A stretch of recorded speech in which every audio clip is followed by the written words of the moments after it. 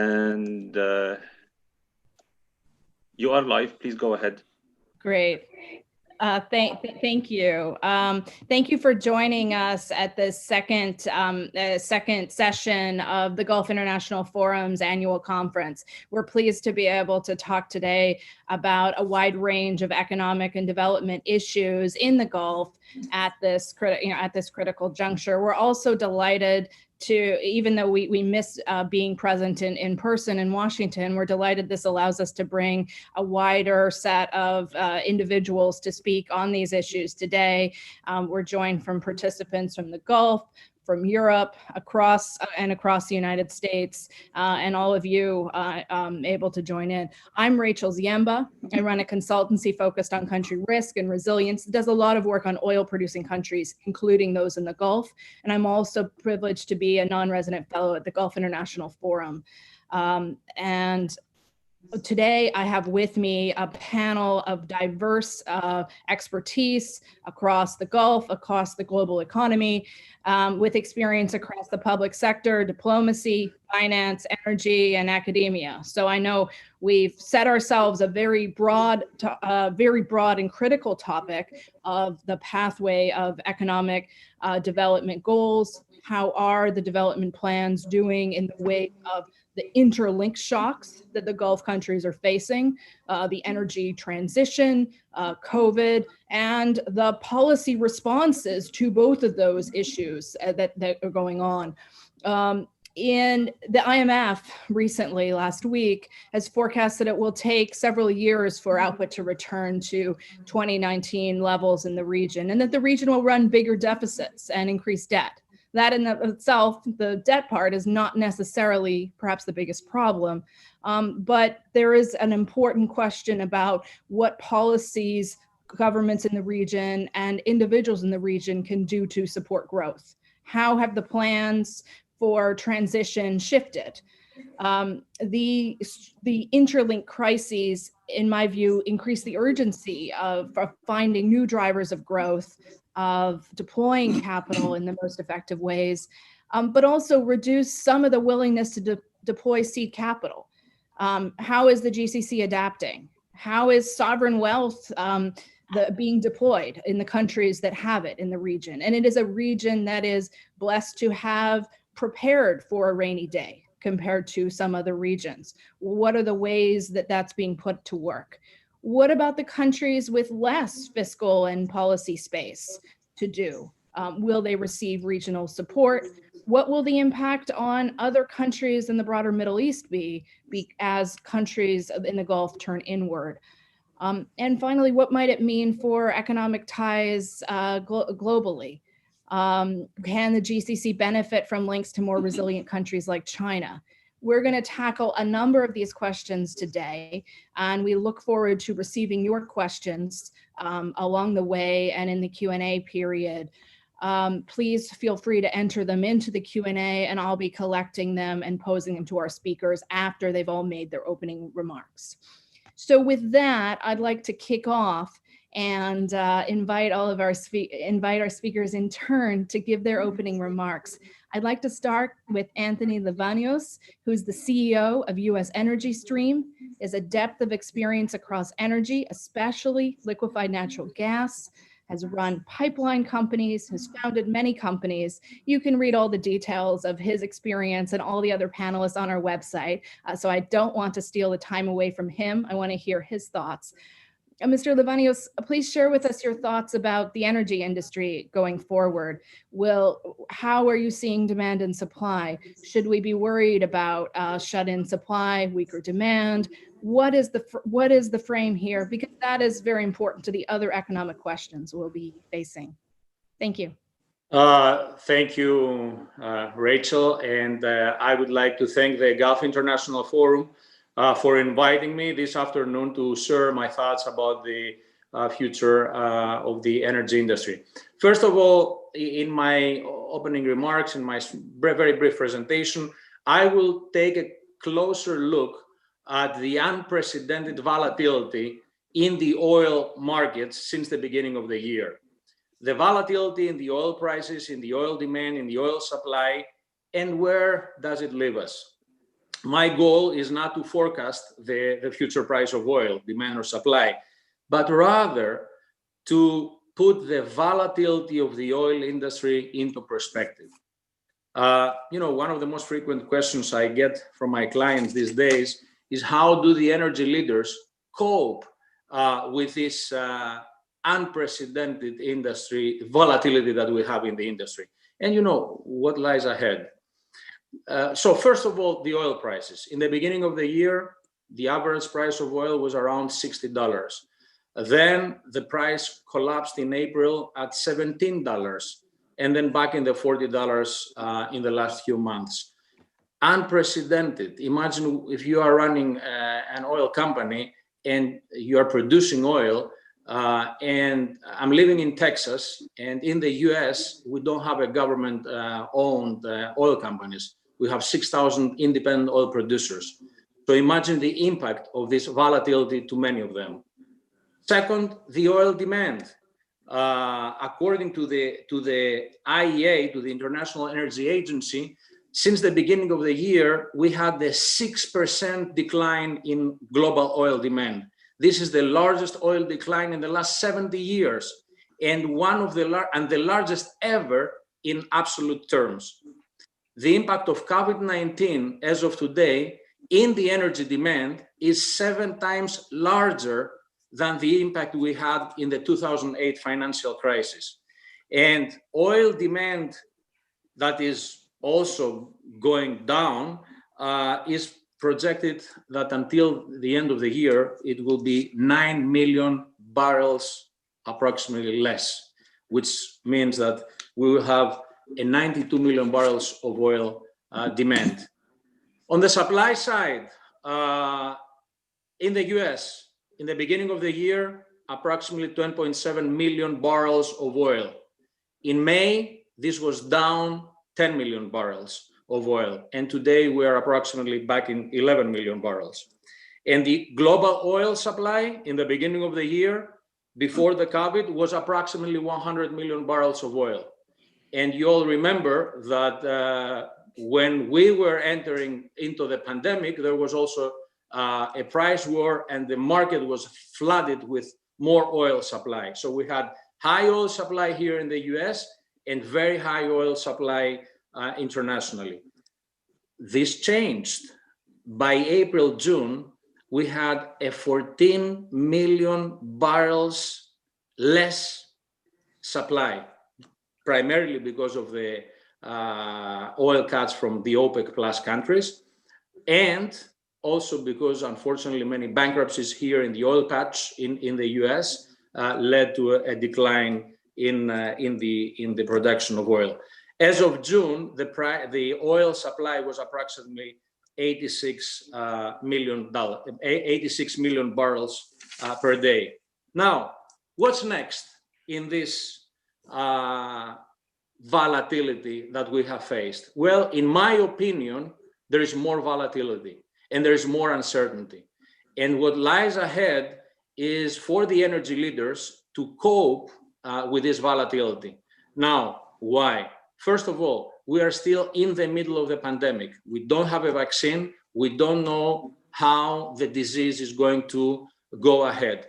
Secondly, in the US, that I follow much closer, there is an extraordinarily high unemployment. And there's also unemployment in Europe and the rest of the world that will affect a lot the demand side of the energy.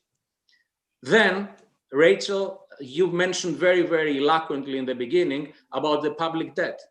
In the US alone, since the beginning of the year, the so-called stimulus package, which is more of a support package in the economy rather than a stimulus package, was in the size of $6 trillion. $3 trillion came from the Fed as liquidity, and $3 trillion from the Treasury, from the federal government. This is approximately 30% of the US GDP. Similar situation as bad in other countries around the world, which means what lies ahead is how to cope with this debt.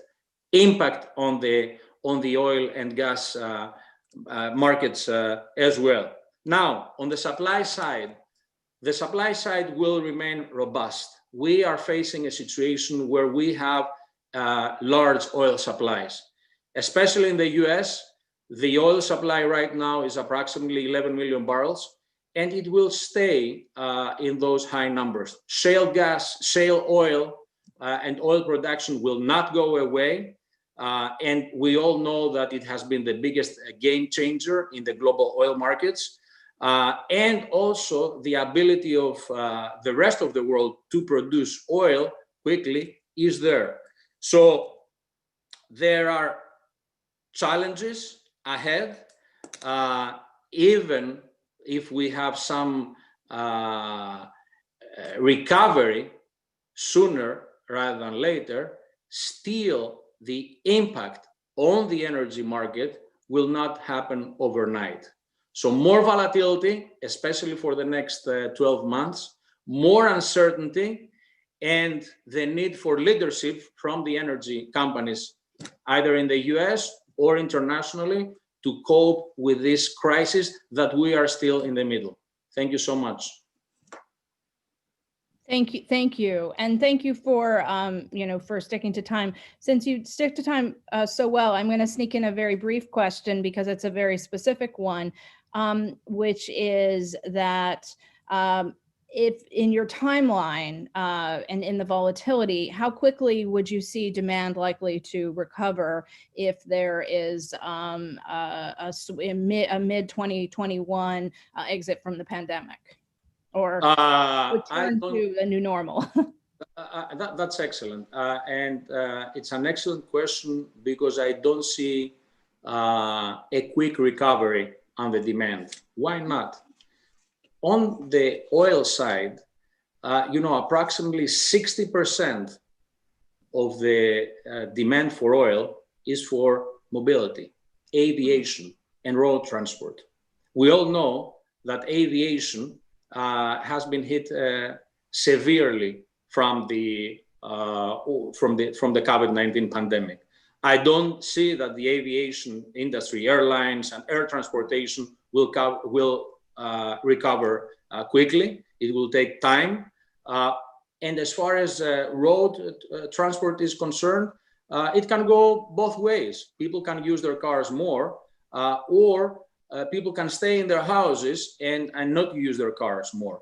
So on the demand side, I don't see much, I don't see a quick recovery because the majority of the demand side comes from mobility as far as the oil industry is concerned. Great, wonderful. Thank you so much. I'd like to turn now to Ambassador Ann Paterson.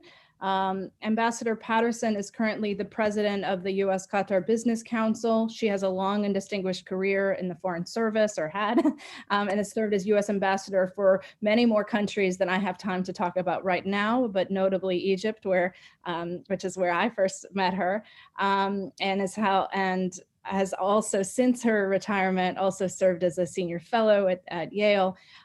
Ambassador Paterson, could you share with us your latest thoughts on GCC economic visions and plans? How are they being adjusted? Are they realistic? And also, what are you hearing from the government and business context you and your organization are grappling with? Thank you for your insights. Yeah, thank you very much, Rachel, and always thanks to GIF. Let me first say I approach this subject with some humility because debates about increasing employment of nationals, taxation, economic diversity, these have been going on for decades, nor is the formulation of long-term strategic plans for the Gulf countries anything new. I think the question posed to this panel seemed to be the following. With the pressures generated by climate change, how much time do the Gulf countries have to diversify their economies and to mobilize their private sectors before the bottom drops out of the energy market? None of these countries can reform without the revenue stream generated by energy sales. And the answer to this seems to me to come down to a couple of issues. The first is the one that Mr. Leonidas discussed, and that's the future of fossil fuels. I also looked at the IEA report this week, and the phrase that jumped out at me was, there is no single storyline about the future. The trends that he discussed seem to be a given. And to that, I would add that the Gulf countries are aided by very low cost of production and hefty sovereign wealth funds. But anyone who's been working on these issues for years know how much was unforeseen, including the American fracking boom. The second issue, I think, is a harder one. Does the leadership of the Gulf countries have the political will to persuade their citizens to make the hard decisions necessary as investment and demand decline? So how are the Gulf countries doing with their reform programs?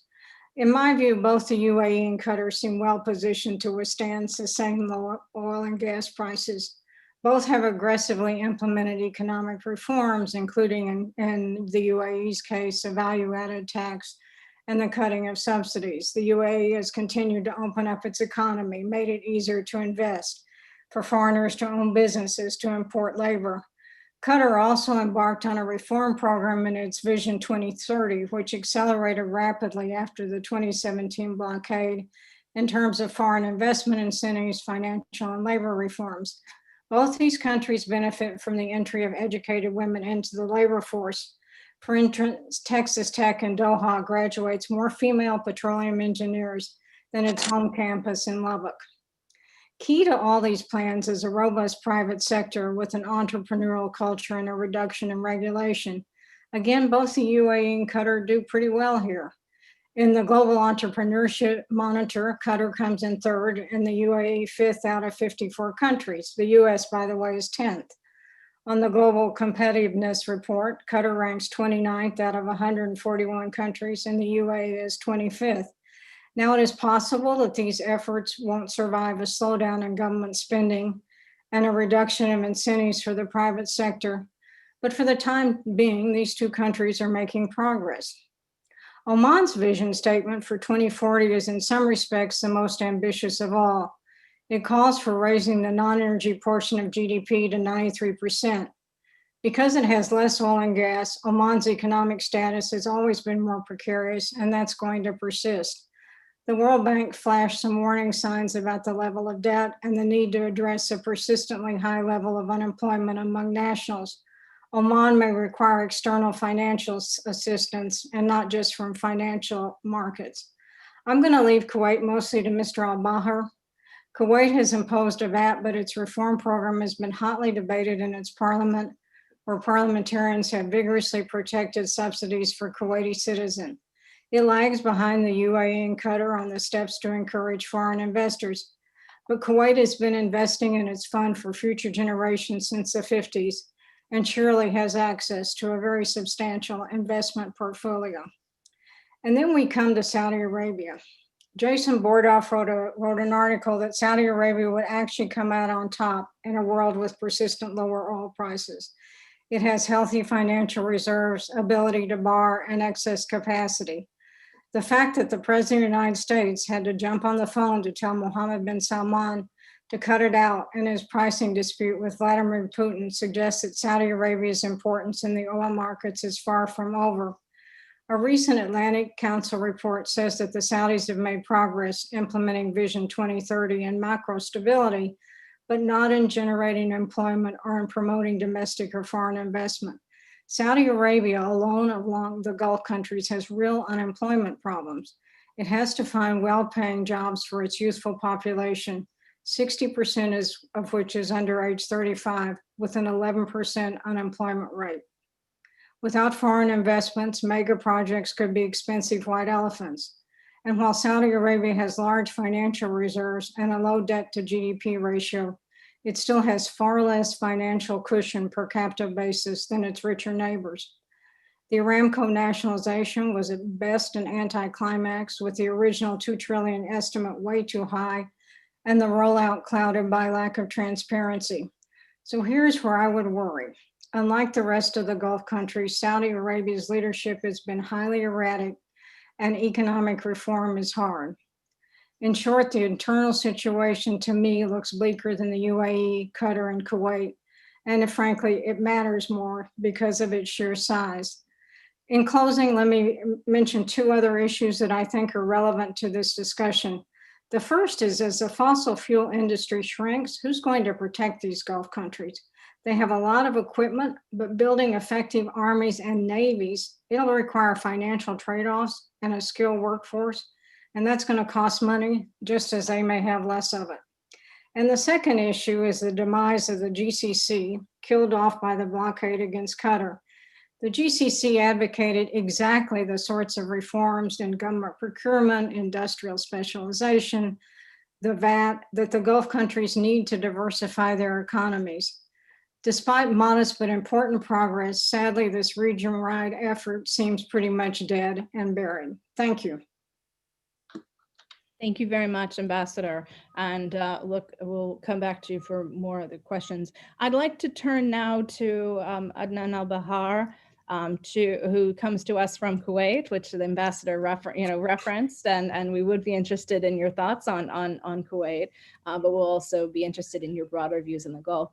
Mr. Albahar has served as the chairman and managing director of the International Investor Kuwait for several decades. His experience, he has a broad experience even before that across the Gulf and Kuwaiti banking systems, and has been involved as a key policy contributor into various bodies there. So, Mr. Albahar, we're very interested in understanding your thoughts on the economic plans, the impact on the financial system, the role that banks and financial institutions can play in this. We've seen some consolidation in some Gulf centers. Should we expect more? What about other countries where property and debt is much less extensive? How are you, as a representative from a financial institution, looking at risks and assessing this environment? We're interested in your thoughts on any and all of these topics. Thank you, Rachel. Well, on the question, is the GCC current course of economic development sustainable, meaning, going forward with weaker oil markets, alternative energy? No, it's not sustainable. And are we doing enough about it? Frankly, no, we're not. Should this come as a surprise to us? Not really. When were governments, political systems, or societies known for successful turnarounds, known to chart a new path when they could still afford to run the current comfortable known path? Very little.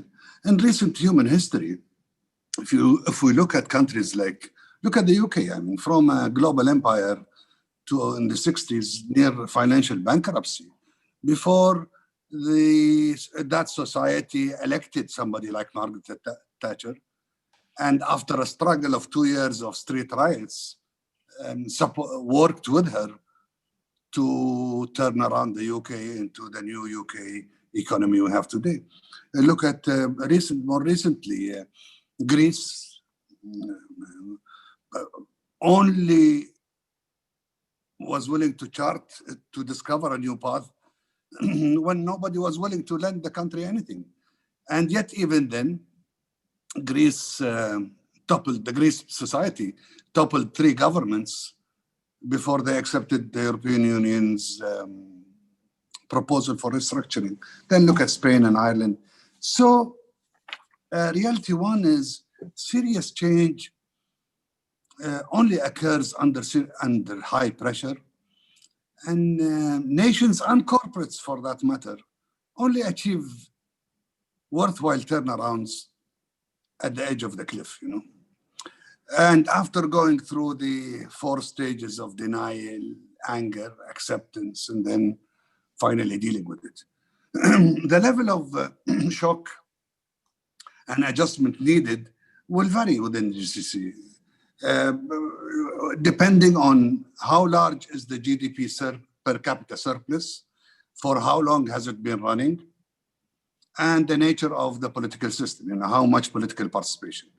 The larger is the GDP per capita, and the longer it's been running, the more likely that society and that economy has run away from global standards and logic, and will take a slightly bigger shock, more time to adjust and start to drift back to reality. And the more political participation in the system, the longer the term is.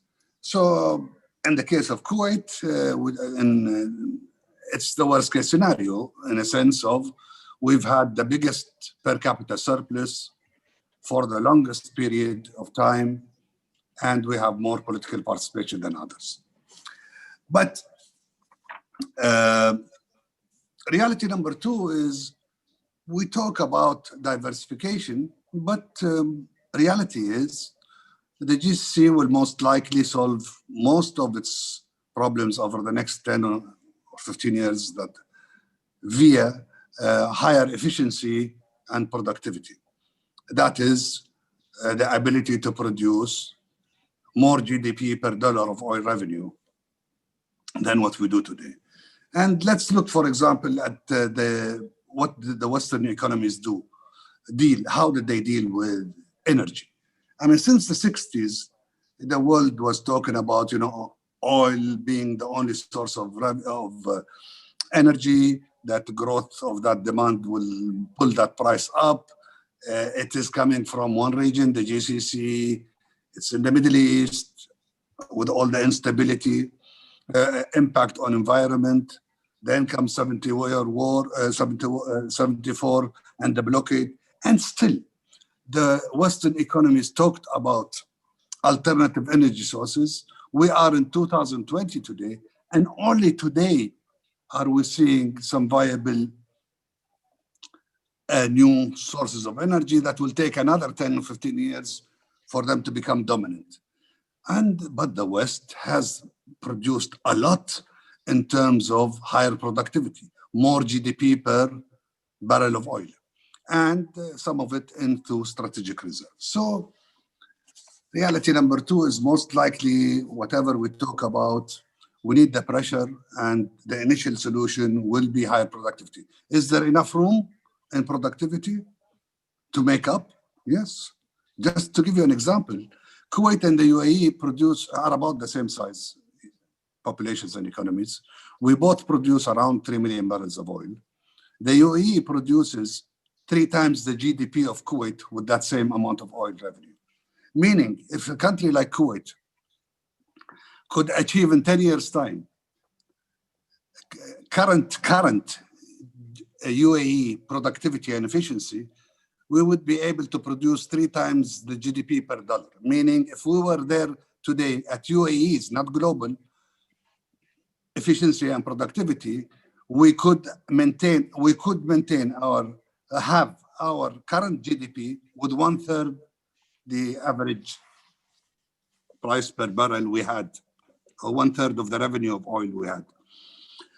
If you talk about the GCC raising their competitiveness and efficiency and productivity to the average global standards, let's say in 10 years' time, a country like Kuwait should probably increase its GDP per dollar of revenue to about 6 times.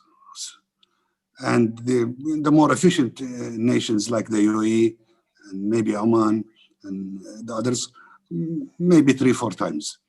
So there is a lot of room in efficiency. Towards the end of, my view is towards the end of that decade and a half, as our efficiency and productivity approaches global standards, we will start to see alternative revenue, industry, services, products, specializations that the GCC can sell to the world and generate revenue from. It will grow gradually. The process between now and then is going to be painful. It will be painful in some countries like Kuwait, more so than Oman and the UAE. But painful to the degree when a guy in China looks at it and he's going to say, what are these guys complaining about? Because, we're so far away from standards. We're so far away. In Kuwait, we give university students a salary to stay in university. And we're going to cry about losing that while nobody else in the world even knows about this. Now, if we go, so that's most likely the transition, and I'll answer questions on the issue.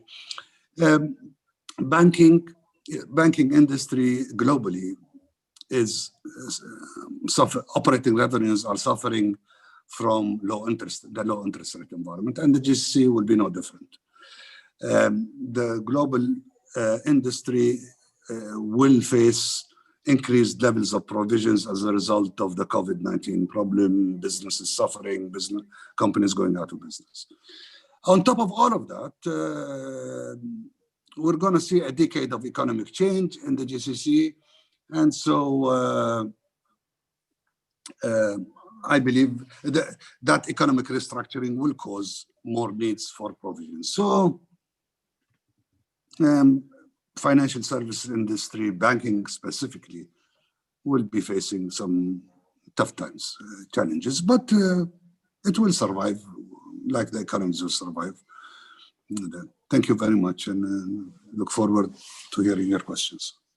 Great, thank you very much. There are some good questions coming in, including, I'm glad to say, a good question from one of the fellow panelists. So we're going to have a very exciting Q&A session, I'm sure. I'd like to turn now to Dr. Jaime de Pinies Bianchi, who comes to us from the World Bank, I believe, comes to us today from Madrid. And he is program manager, equitable growth, finance and institutions, focused on MENA at the World Bank. He has been working on MENA for some years, but also has experience in the Americas, has a number of past academic affiliations, including has taught at NYU, as I do myself, and is very much having heard today from many of the speakers about the challenges of the economic programs and on really sort of putting this into action. And, you know, there's been a lot of talk. You are really in a position where you're working with governments and private sector in trying to address some of these issues. Can you tell us about how, you know, your thoughts on any of what we've talked about, but also how your work with regional economies and the prospects of regional economies has shifted, how it's been impacted by COVID, and what you're focusing on, you know, sort of in the near and longer term future? Okay, thank you, Rachel. Can everyone hear me correctly? Yes. Okay, well, firstly, I'd like to thank the Gulf International Forum for the opportunity to share some views. And yes, I'm going to be targeting my remarks on how the GCC has been managing the austerity measures during the pandemic, and to try to provide at least some insights about the policy responses, both fiscal and monetary, and about future economic sustainability. I'll reserve other observations about national visions for later on, when we get into the more dynamic Q&A. But the COVID-19 impact on the GCC certainly reflects the very distinctive economic structure of the GCC economies. They're all resource abundant. They're already diversified to a great extent in certain very hard hit sectors like travel, like tourism, like services. And there are also very high shares of expatriate labor. Unlike in other high-income economies, the COVID-19 pandemic in the GCC is a combination of a massive terms of trade shock in hydrocarbons, a sudden loss of comparative advantage in non-oil sectors, and still missing policy frameworks for reaching a large share of the working age population. So, even though, more to the point, even though GCC countries applied a number of measures to cope with the pandemic initially, like curfews, social distancing, business closures, travel bans, this has had a severe impact on the non-oil private sector. But if we go a little deeper into the actual policy response, we can sort of say that there are strengths, but there are also significant gaps that remain. In terms of size, the central bank measures account for the bulk of the policy response. As is well known, monetary policy autonomy of the GCC countries is constrained because they're following dollar pegs, with the exception of Kuwait, which follows a basket peg. So interest rates have appropriately fallen, reacting and following the US Fed action. The strengthening of the US dollar, which usually happens when there's a global crisis, can also mean that some of the GCC currencies, most of them, would tend to appreciate as well. Additionally, central banks in the GCC have taken other measures, including new lending facilities, eased reserve and capital requirements, concessions on debt service, and high loan forbearance. These measures are by design targeting incumbent borrowers. Turning to fiscal policy in the GCC, it has been stabilizing, mostly due to inertia in public sector pay, subsidies, and allowances. These measures are by design, again, targeting existing beneficiaries, that is, mostly nationals. When the crisis hit, GCC governments kept paying public sector employees, even when work was severely disrupted, and continued making existing transfer payments. This is all automatic. Governments may also decide that these automatic responses are not enough to respond with the situation, and may decide to embark on new spending, such as new transfer programs, wage and operating capital support, capital spending. This is discretionary policy. There's been very little discretionary fiscal policy in the GCC, with most new schemes being a repurposing of existing programs. For example, unemployment funds, when they've existed, have been used for temporary wage support for nationals.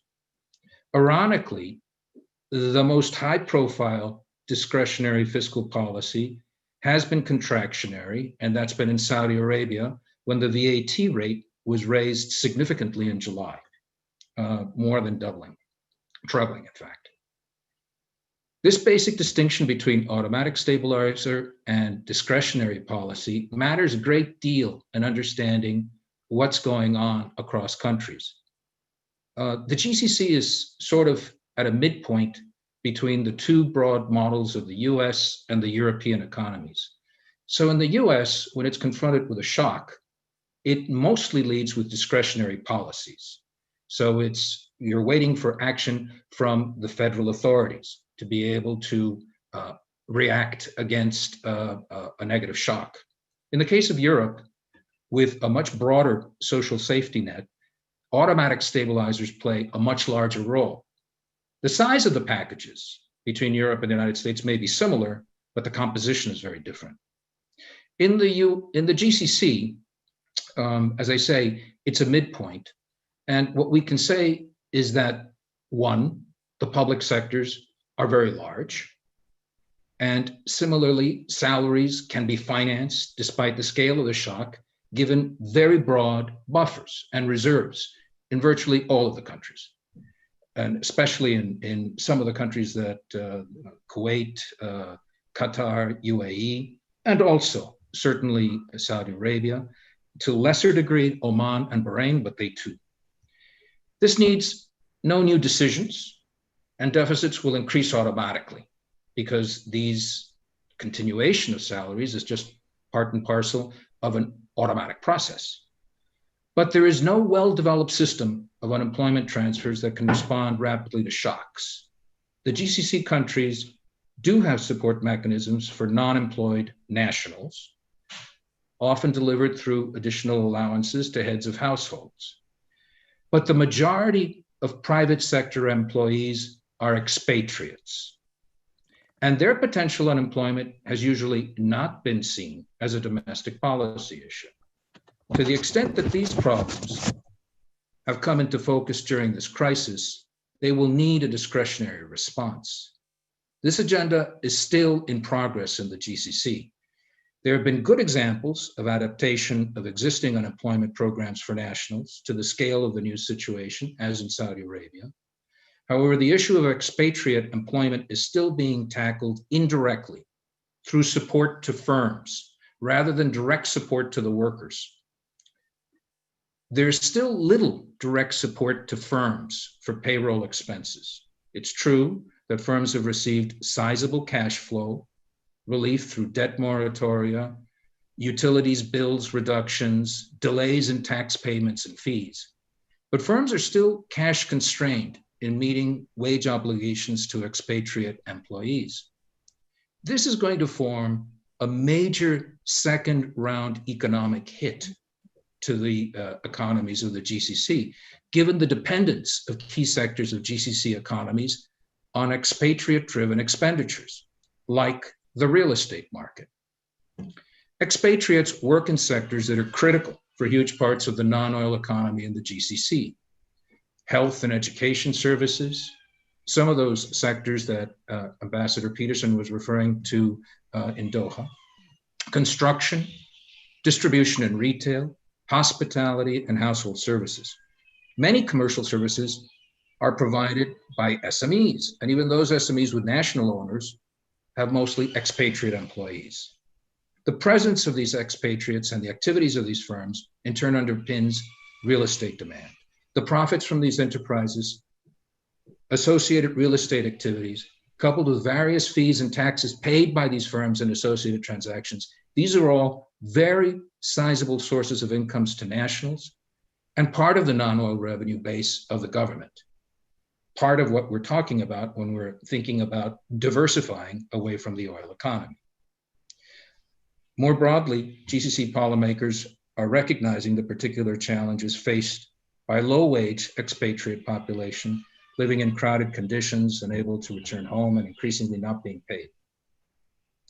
Overall, the magnification of the OPEC plus oil shock by the pandemic means that the standard advice for time-bound fiscal support is not so easy to implement in the GCC. For many other high-income countries, time-bound would mean tied to the duration of the economic activity restrictions due to the public health crisis. For the GCC, the fiscal measures need to be embedded in an economic adjustment which takes into account the impacts of the shocks on export revenues. And we're in the middle of a hydrocarbon crisis as well, with much lowered oil prices. This will likely lead to different recommendations than if the budget balance alone was the main concern. For example, a change in the composition of taxes towards VAT, what Saudi Arabia did, and away from payroll taxes and fees would merit strong consideration. GCC countries now face difficult trade-offs between austerity, external adjustment, and debt accumulation. The double terms of trade shock from oil and to diversification has unambiguously increased external stress. However, the implied need to reduce imports can only be achieved in the short term with expenditure taxes like the VAT or sharp expenditure reductions by the public sector, which will be painful. While sovereign debt markets remain open to the GCC countries, this is dependent on continued liquidity of oil revenues and availability of buffers. I'll end my comments here, Rachel. Oh, wonderful. Thank you. You've all given us a lot to think about.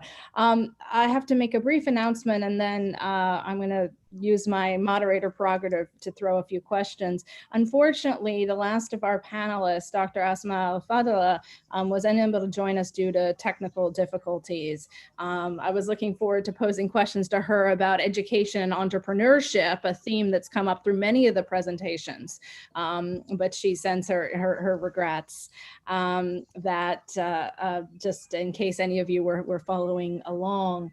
Thanks to all of you for a good discussion. And I think particularly to emphasize some of these important points, that ways in which the GCC is different from some other regions, including this point where around the world, there are jurisdictions where there is a concern about expansionary fiscal policy, and the GCC is among the emerging and frontier markets, which are not doing broadly expansive policy. And if we look into 2021, there's even, it looks to be even more restraint. So I think this focus on where does one target the abilities, where does one target the resources one has, I think it's also refreshing to hear to hear a tune from the bank, from the regional institutions that belies an old reputation of the bank and fund always ask for austerity, which I think is not necessarily the case. So, I'd like to begin by throwing out a question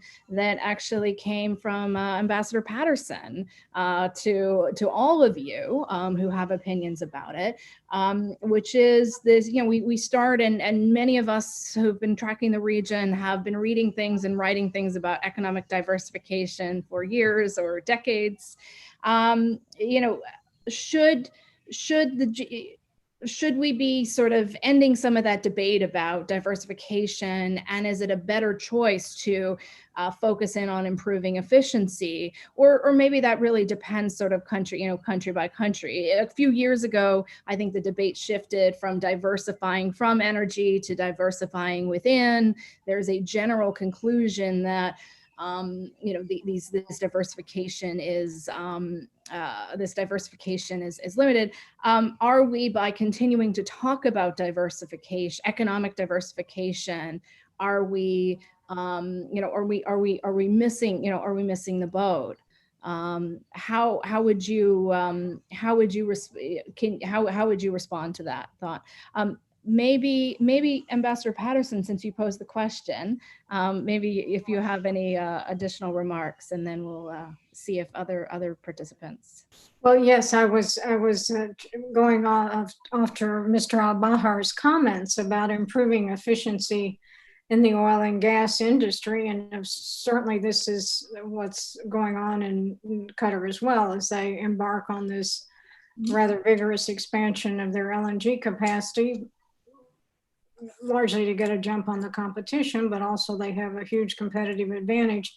So should these countries, and we're not talking about a monolith here, basically forget about diversification in the private sector and simply focus on improving the real competitive advantage they have now? And I'd be very interested into that's been a long debate for years as well, but I'd be very interested in anyone's insights, particularly Mr. Albahar's.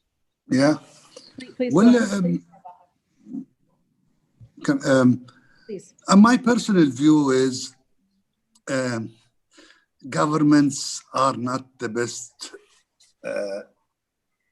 political systems are not the best vehicle to determine what's the best future is. I mean, markets and players don't see the future. I mean, if Microsoft, if IBM saw software, there wouldn't be Microsoft. If Microsoft saw the internet, there wouldn't be Google. If Google saw social media, there wouldn't be Facebook. So that to expect political systems and politicians to find the opportunities of the future, and that's a waste of capital most likely, and will destroy capital. The best thing we could do is, and to expect us to succeed in diversification when we are way behind in productivity and efficiency to global standard.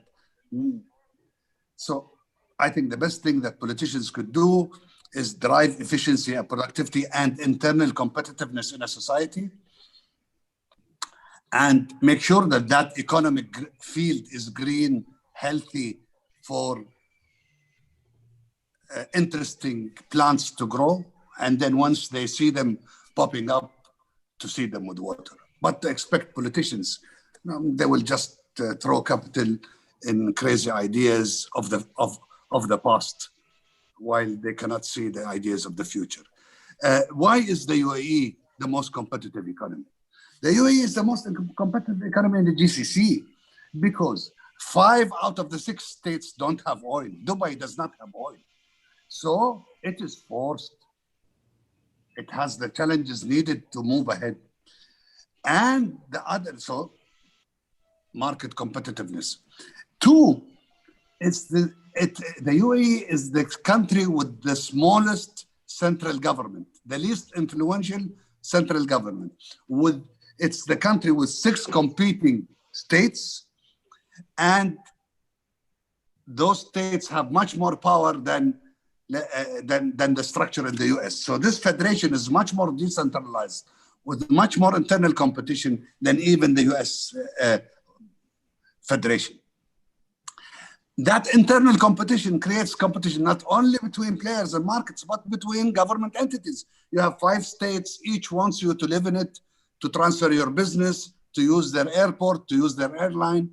This is not the case in the rest of the GCC. So, and the only state in the UAE that has money and of oil is Abu Dhabi. And the only thing that keeps Abu Dhabi relatively straighter than Kuwait is because of that jealousy of internal competition. Now, these guys with no oil revenue do it, Dubai, and can't we do it? And how do they? So that internal thing keeps you straight and alive. And so, yeah, I would keep the state away from grand schemes of diversification and focus them on the grand schemes of efficiency, competitiveness, open markets, and a healthy field. Dr. Jaime, do you have any thoughts? Yeah. I know you've given us some indication, but I'd love your comments on this. Thank you. We can understand diversification in different ways. Mm-hmm. If we're just talking about the product mix that's present in a country, that's one thing. But if we're talking about the national assets that are present in these economies, what we can see among the GCC countries is that there's still a lot of concentration on natural resources, but not very much on that component, which is the strongest, the highest among OECD countries and other places around the world, which is human capital. Mm-hmm. So from this perspective, which is also serving perhaps to lead to a greater production within the non-oil space.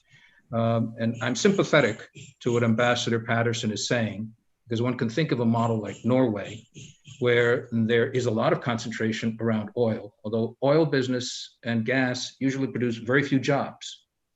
And if you've got an economy like KSA, like Saudi Arabia, there's just not going to be enough jobs to go around in that specific area. Maybe for a Qatar, if we're looking at just keeping it down to the 300 or 350,000 nationals, then there might be enough together with financial industry services. But for broader populations, the close to 3 million, which Qatar is today, the populations in UAE and certainly in KSA, not enough. So if we go to this double sense of diversification, not only in the product mix sense, but also in the national wealth sense and building up human capital, the first requirement to be able to advance on the diversification strategy, and indeed to advance on the national development plans, which almost all go towards one objective, which is to avoid the volatility and the concentration of the oil economy. Yes, of course, you should not throw out the competitive advantage that you have in the oil industry. No one is saying that. Although, as we know, the writing is on the wall in terms of a world that's shifting. It may take 10, 15 years, we don't know how long, but the world is shifting to different energy sources. But clearly the underlying objective of all of these national development plans and visions is to grow the non-oil, non-subsidized, non-sheltered private sector. This is what it's all about. And the first step in order to do this correctly involves deepening labor market and education reforms to generate productivity gains and expanded economic opportunities in the workplace, in the workforce. Certainly moving and advancing on the digital agenda, that's very important. Measures to increase the employability of women. When you look at the educational statistics of the GCC countries, you typically find that women outperform men in school, high school, and have higher levels of participation and higher graduation levels at university. But the labor force participation of women is significantly lower than men and way below that in other places around the world. There's still issues about aligning education with employer demand and immigration policies, which I like to tap on a good deal as well. From the point of view of productivity increase, which is what we're talking about, the classic way to think about this is that you shift from one sector which is low productivity to one which is high. Yes, oil and gas is the highest kind of productivity that you've got in these countries, but the amount of employment that you can put in this sector is very limited. So you have to branch out to other sectors. And one immediate way of getting productivity to boost is to allow greater flexibility in the labor market, particularly expatriates, to move from one firm to another, from one sector to another, where they can produce higher productivity. That is a bulwark, a very important step in this process. We can talk about other aspects that are there in the background about the fiscal policies. I've touched on some of those for the more medium term, but I think this is enough for now in terms of diversification agenda. You can take it either way, but as I say, think about it also from the national assets point of view. And there, the GCC still has a great deal of catching up to do with OECD economies and the importance of human capital. It's a good points all around. I'd like to turn to you, Mr. Livanios, for any thoughts on the discussion so far, but also a question that's come in on oil sort of efficiency tied into this productivity discussion. Commentators sort of noted that the UAE's efficiency is in part due to IOC participation. This is a broader sort of global debate. Are there, given Kuwait's sort of standing with IOC concessions, and more broadly, I mean, this is a debate more generally kind of across the region. Do you think that there are a scope to improve productivity? And then maybe we can turn to some of the other panelists for additional thoughts. First of all, let me say thank you, Rachel, for the question. Secondly, I am participating with a panel of experts that I learn more than expressing my own views. So I appreciate for giving me the opportunity to learn so much for all of you that you are living in the region or you know so well, and that's why all the analysis have been so sophisticated so far. So I will share a view, knowing that you are all experts, and I will ask also a question, if I may. Of course. Dr. Bianchi from the World Bank spoke about the effectiveness of fiscal policy in the GCC region during the pandemic and after the pandemic, that it has several challenges that are different from what we face in Europe and in the United States. And he said that continuous liquidity from the oil revenues are necessary, if I understood correctly, for the fiscal policy to be effective. So, secondly, the gentleman from Kuwait, Dr. Albahar, who's an economist, I agree with your point fully, that the market finds the solutions and not the government. And if there is one thing that we learned in the US during the shale gas revolution, is that when everyone for 4 decades was talking about oil and gas dependency from the US and the peak oil and the continuous decline of oil, it was the private sector and entrepreneurs that they took the risk and they created the miracle of the shale gas revolution. So I fully agree that the private sector, the free enterprise, the free markets drive the economy, will drive the diversification of the region.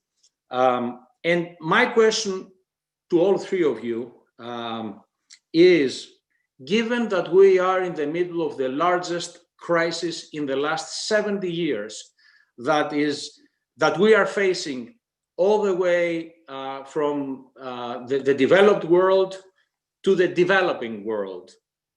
And the number one need is to cope with this crisis. My question is how the efficiency in productivity that was mentioned from Dr. Albahar and the internal competitiveness can be achieved during the pandemic, given the need for effective fiscal policy and the challenges that the oil industry is facing in the GCC countries. Thank you. Great. Can I sneak in an additional question before Dr. Albahar, or Mr. Albahar, you sort of comment? And that there's been a commentator has asked a question about your views about whether Kuwait has the political determination to take some tough decisions. Obviously, Kuwait is one of 2 GCC countries that is currently going through, sort of succession and transition, and that can provide opportunities. It also is the one that has a rather different political and legislative structure. So I think that might amplify some of the issues that are coming. So if you have any thoughts on that, as well as the other questions that were posed, and then we'll come around to the other panelists. We may do, I think you might need to unmute. Yes. We don't want to miss a word of Yeah. yours. Okay, 2 short parts: efficiency and political will to make change. I don't think so. I'll solve the political will first issue. I believe that, as I said earlier, pressure,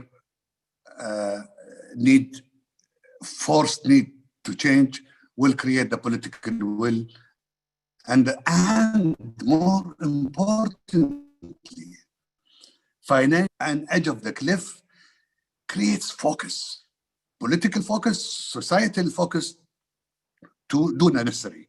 When in leisure times there is plenty of money, you write a check, solve everybody's problem by writing a check, and we sit and philosophize about it. So pressure is, transition has finished. We're beyond that today.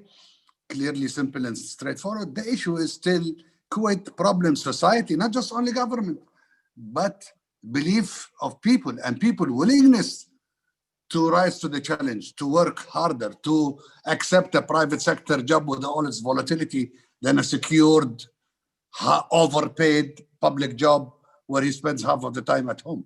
So, yes, we require time. Efficiency, the primary driver of efficiency, in my view, is competition.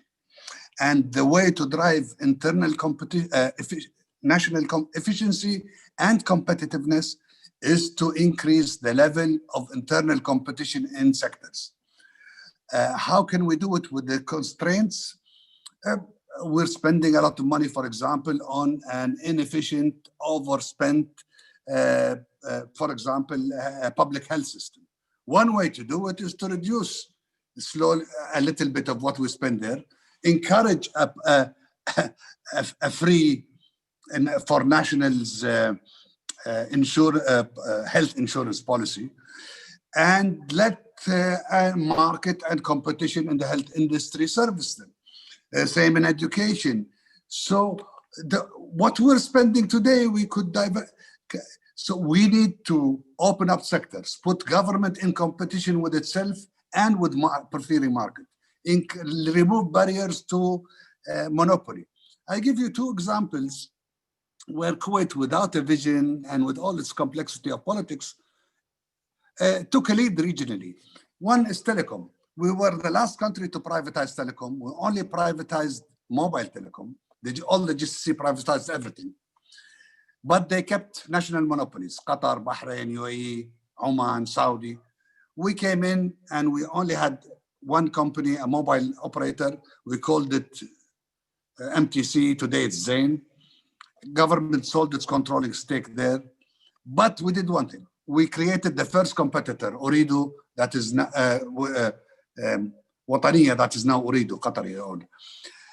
When we created more internal competition than our neighbors, the 2 leading telecom operators were Kuwaiti, Zain and Wataniya, owning telecom operations from Iraq all the way to Morocco and Algeria, Yemen to Lebanon and Jordan. And as a matter of fact, when the large nationalistic monopolies in Saudi, in Oman and in UAE wanted to buy a regional player, they bought the 2 companies. So the other area is, for example, logistics. I mean, the main hub for transit business is the UAE, Dubai. And yet the Kuwait government sold out its interests and deregulated warehousing. And today the largest 2 players in the telecom and the logistics region play are Kuwaiti, Agility and KGL. So areas where we messed up because we were not we did not allow enough local competition was capital markets. Up to 1990, 95, the second largest capital market in the GCC was Kuwait, after Saudi. It was the only capital market where any Arab company listed on any other stock exchange other than its national was listed in Kuwait. Around 95, 96, UAE decided to create their own financial markets. Abu Dhabi started the market, Dubai started the market, Dubai started another market called DIFC, that internal competition for business. Today, Kuwait's capital market is the fourth largest GCC stock market. It has no non-Kuwaiti company listed on it, and 1/3 of Kuwaiti companies are listed in the UAE. Competition, free market. So drive internal competition and make sure it's happening, move as much of it to put government in competition, and that should solve the efficiency and competitiveness. Sorry for the time. No, thank you for sharing your thoughts. I don't seem to be able to stop talking. Yeah. Well, there's so much to share in this, and the examples. I think having the examples is a very rich discussion. So please, no need to apologize. I want to add a different layer that a questioner is asked, which is the issue of corruption. And, we've had, there's a whole literature about corruption and development, different, in different countries. We've had highly publicized crackdown in Saudi Arabia. There's continued discussion in Kuwait. There's, also very much a global sort of debate. I wonder if maybe first Dr. Jaime and then maybe some of the other panelists have some thoughts about how much of a concern you sort of see corruption as, and whether, and how you think about this in the context of sort of the reform agenda. Well, let me take a stab at this by indicating that enhancing transparency and accountability of government, or for that matter, any particular agency, is critical for the success of any kind of national development plan. Fiscal institutions need to guarantee to their citizenry that they can be trusted. And that is a question of making data flows a lot more transparent, making sure that concessions, contracts, procurement contracts in particular, that people understand how these contracts are being given out, how they're being bought into, what is the proper process that's followed. It's also a question of indicating that people are also paying their taxes, even though in the GCC, income tax is still not an issue which many people would like to consider. But from a fiscal policy point of view, there is a very deep sense in which to be able to avoid the kinds of volatility that comes, and I think, Anthony, perhaps just to make sure, the oil revenues are critical. They're being walloped right now, so there's a lot of pressure on austerity right now. But to avoid that sharp volatility, which in the GCC follows oil price cycles rather than the business cycle, as it does in most other places, is to try to foment the non-oil economy as well, and to be able to indeed mobilize revenue from the non-oil economy. But as I say, going forward, I think what we need to have are transparent, accountable institutions. They're critical in order to be able to get the citizenry to buy in to a long-term development program. And moving forward, and just to tie in, I should say that I couldn't agree more with Dr. Adnan mentioning of competition policy. I think that's critical, because we do know that the ultimate source of wealth is concentrated in the private sector, or mostly in the private sector. And a key condition for that is a competitive environment, or as competitive as it can be. But moving beyond, I guess, the COVID-19 response for GCC fiscal policy priorities, the focus also needs to be, and this is in a very broad sense, the corruption question that's being asked, you need to have intergenerational equity as well as debt sustainability. If you have the current generation eating all of the benefit of the natural resources at the expense of future generations, that's an issue. That's why there are rules typically in place to be able to allow funds to grow and to control this over time. There are issues with one or two of the countries in the GCC, which I won't necessarily flag, but that have gone over and that are beginning to deplete some of those resources. Certainly with the level of fiscal deficit that's present this year, it would be unsustainable for any of the economies for a fairly, if this situation were to persist. So the key here is, and I agree also from the public sector side, to enhance public expenditure efficiency, reforming energy and utility pricing, diversifying revenue sources, and improving the management of some fiscal risks. All of these have a common thread, and that is transparency and accountability. And that's the way that, at least personally, I would view the corruption question as being dealt with in an economy. Great. Thank you. Mr. Albahar, I'm going to come back to you in a moment. I want to, in the interest of getting, I want to pose a few more questions and then give a few of you a chance to respond to several, perhaps several at once. Ambassador Paterson, I mean, happy to hear your thoughts on this topic of corruption, but there's also been a question come in that you may have some thoughts or framing on, as well as the rest of the panel, and that's a questioner asks about what we should expect if Biden wins the election in terms of the GCC economies and relations with Iran. I'm going to take the opportunity here to promote an event that's coming up tomorrow, the next session in this series, which is all about U.S. policies in the region. But since we're here today and we have a panel of political economy experts, I want to ask them as well. Ambassador Paterson, do you have any thoughts on that? I think the questioner is interested, obviously, vis-a-vis the GCC, but especially, the big question in the room around Iran and the Iran deal, and I think broader regional participation.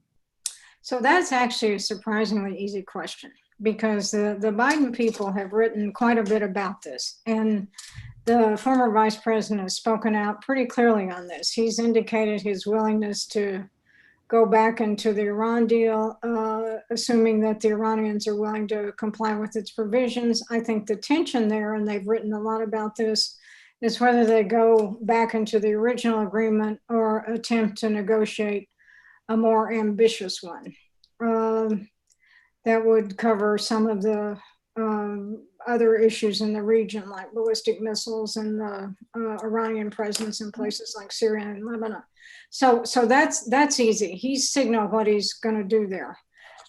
They've also signaled, I think, a lot of their thinking on Saudi Arabia, and I know that's going to be a big issue. And Dan bin Aim, who's an advisor used to work for the vice president, wrote an article about the conflict between the so-called resetters and the rethinkers, those who want changes in our policy towards Saudi Arabia, and frankly put, those that think our relationship has been too close and too solicitous for decades. And I think if you read the article, yes, there are going to be some changes, and the Biden people, I think, are particularly worried about Yemen.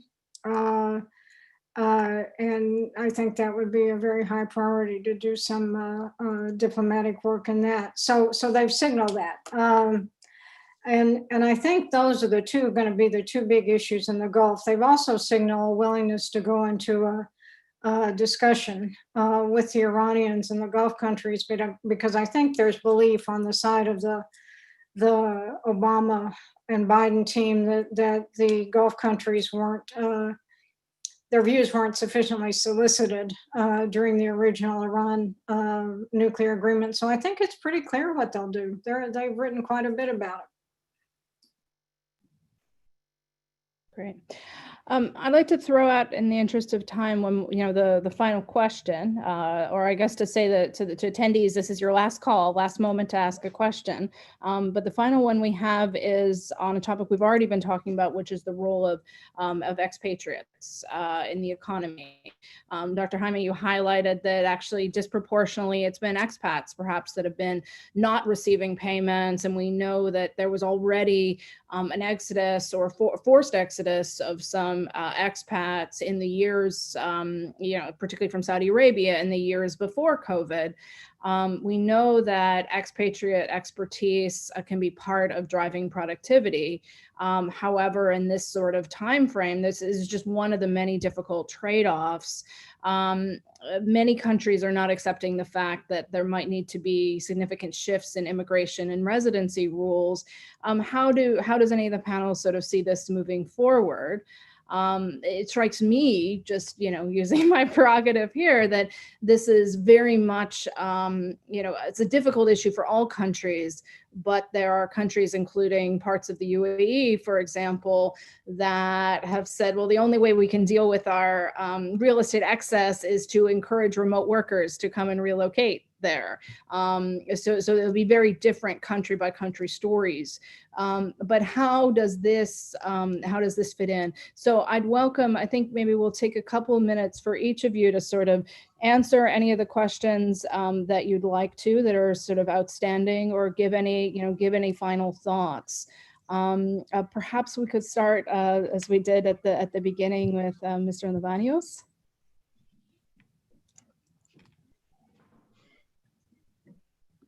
Oh, I'm afraid you're muted. Okay, thank you very much. On the issue of immigration and expatriate, I don't know very well the situation in GCC. The only thing I know about immigration, being an immigrant myself in the US, is that immigration is vital for the economic development of a country. So if that principle can be applied in the GCC countries, it's going to be a blessing. As far as the larger picture of the next elections and the possibility of a Biden victory, I think that the GCC region may benefit by looking at the impact in the oil market. Chances are that there won't be a big difference in the oil production here in the United States. There may be some more regulations that the industry is concerned right now. I mean, we've seen large organizations like the American Petroleum Institute, the Independent Petroleum Association of America, questioning some regulations that may be put forward with a Biden victory. But overall, the industry, and living here in Texas, I'm discussing, and I have many interactions with the industry. It seems that there won't be much of an effect in the oil and gas production, in the crude oil exports, and in the US LNG exports. So this is something that at the larger picture of the impact of the next elections in the oil industry, as the US oil industry is central to the global economy and the global oil industry, I think this is where the focus needs to be from the leaders in the GCC, that they follow the US elections. Great, thank you very much. Mr. Albahar, any thoughts on this and other topics? Oops, I think maybe we've lost him. No, I'm here. Okay, we've just lost your picture. Sometimes that's most important. It's most important to hear you, even though we enjoy seeing you as well. Well, okay. On corruption, the best way to deal with it is transparency. Transparency is to move as much as possible to free list market operations in a competitive environment, which exposes them further. One major move, I think, that is from at least corruption point of view, is Saudi listing of Aramco. I mean, some of the largest plays in corruption are in the oil sector. And the idea is to have the courage to list your oil company, put their books on file, and that's one way to do it. The other issue is expats.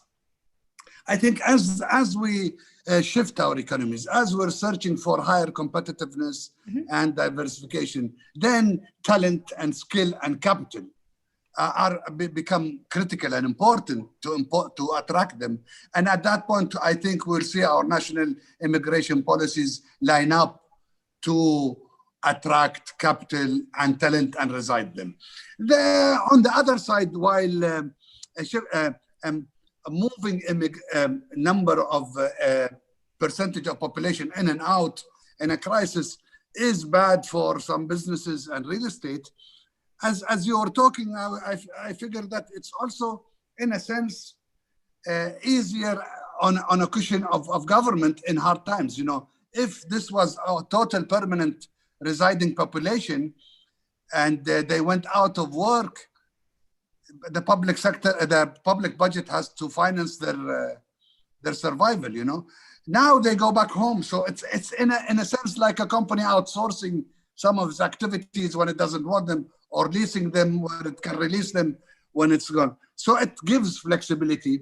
It also allows for easier ability to turn around if our economies will shift from consumption to some form of higher activity where you could de-emphasize lower skill and emphasize higher skill.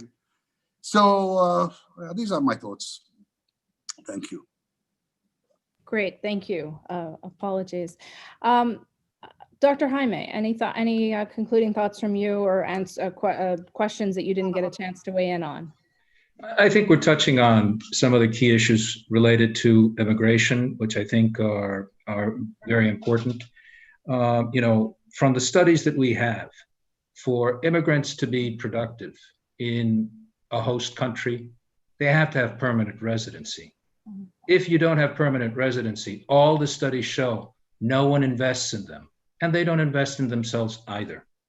So from the point of view of wanting to raise a country to being 3 times as productive as it might be with the same amount of oil as someone else, why wait? I mean, the simplest process to do this is to bring in skilled labor immediately or more strongly. Qatar, when it was confronted with the embargo, decided to admit permanent residents, on a selective basis, but it entered into this phase. It wasn't around before, it is now. And this is increasingly being, I believe in some of the states, I think in the UAE, it's also now advisable as well, but I stand to be corrected on this point. So it is a terribly significant issue. If you want to keep up, it's a question of making sure that talent can come to you. And that does involve immigrants. And they're not at hand's distance. You have to be able to cultivate them and also invest capital in themselves and companies in them as well. And that can only happen if additional steps are taken to welcome them, as has happened in Singapore. I'm sorry, now it's my turn to have lingered on mute too long. You raise a very important point about the need to, in a sense, it's a point about the type of immigrants and how the mindset changes from the immigrant. And that ties into, I think, the other discussions we had around diversifying the tax, sort of focusing on a tax base as opposed to just, in a sense, a rent-based. So in an environment where it's not just about being in a location for a few years, avoiding taxes at home, that is if you're not an American, who pays tax wherever they are in the world. It's a change in, it's a change in the contract with those expats at different levels, which I know we've already alluded to. I think on the point around transparency, I think another thing I just want to pull up for the audience is that it's not just a story of government being transparent. It's about a culture in which major companies also become more transparent. We've seen, at a time of stress, often there are things that come out in the sort of revealed around financial monitoring and the like that might not be so this is also a story around corporate governance and the like. So I think these are all issues and the like. So just wanted to pull that out. Ambassador Paterson, any thoughts on these questions? Any concluding remarks? Let me say that I the last word agree about the stability of the workforce and providing permanent employment for guest workers. But let me also add that sending these people home to Egypt and Pakistan and Jordan, it's 9% of the remittances are 9% of the GDP in Egypt and 10% in Jordan. And it's not just the financial flows, it's sending them back to unemployment.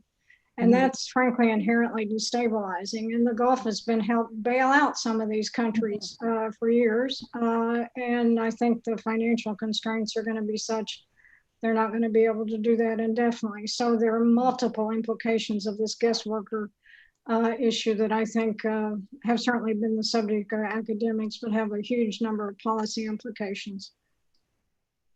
Great, very important points. Very important points there, particularly. And I think one of the puzzles that, as someone looking around the world, has been sort of watching remittance flows and the like, it's been surprising how resilient some of those remittance flows have been in certain regions, particularly in the Americas and the like. It's obviously been more of a mixed story in the Gulf. But if we're thinking about the best ways to sort of promote stability and interests and a broad base of economic and social security considerations, this is a time to try to, in doing short-term stabilization, not to create more problems in the future. With that, I'd like to thank all of our panelists, to thank all of you, the participants who asked questions, and to thank the Gulf International Forum for hosting this today. And have a good day. And please don't miss out on tomorrow's upcoming session on U.S. policy in the region. Thank you all, and have a good afternoon.